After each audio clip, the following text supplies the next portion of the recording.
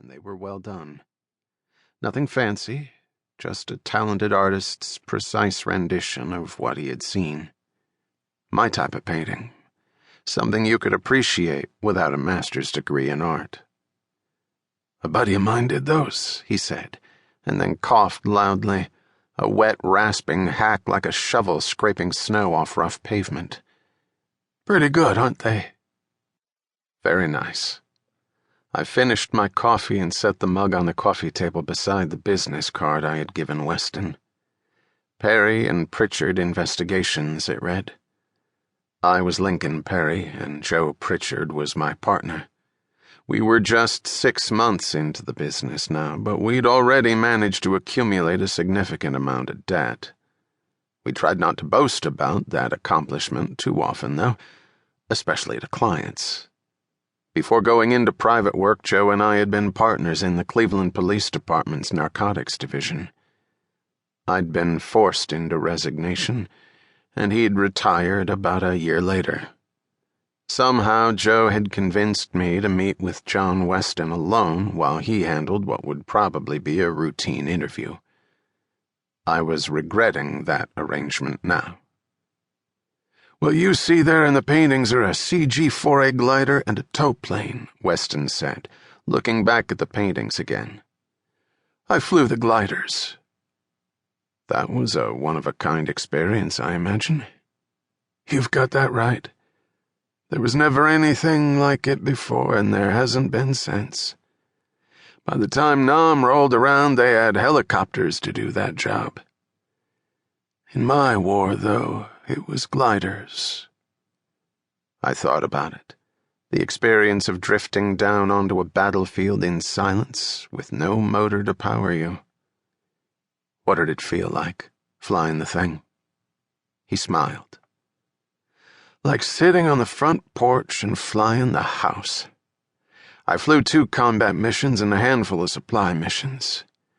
Had a rough landing in the second combat mission and lost some fingers, but I still had to fight on the ground all that night.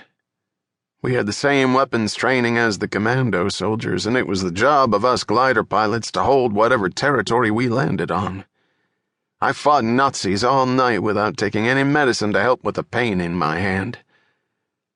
But it was better than it could have been. A couple of the other gliders cracked up badly on landing, and a few were shot down.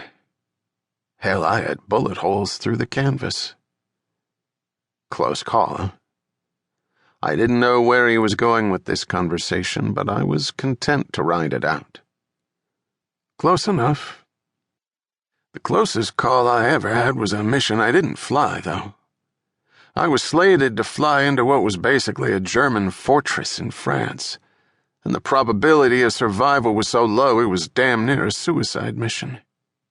We were all set to fly out, saying our goodbyes to the world, because we were pretty convinced this was a one-way trip. Just before we went up, they told us the mission had been canceled because Patton took the Nazi fortress." He lit a cigarette with a steel Zippo and took a long drag. "People badmouth Patton all the time these days, but I'll tell you this. That son of a bitch is a friend of mine for as long as I live." I've always been a bit of a Patton fan myself, at least in terms of respecting the man's battlefield genius and efficiency. But I guessed Weston would scorn such appreciation from a man who'd never served, so I kept quiet. He smoked the cigarette for a minute, staring over his shoulder at the paintings, lost in his memories. Then he turned back to me, and his eyes narrowed in a way that suggested focus and determination. "I appreciate you meeting with me," he said. "After our first phone conversation, I thought you were turning me down." "I'm here," I said, "but that doesn't mean I'm going to take the job, Mr. Weston. You've got some of the finest cops in the city working on this, and from what I hear, even the FBI is helping."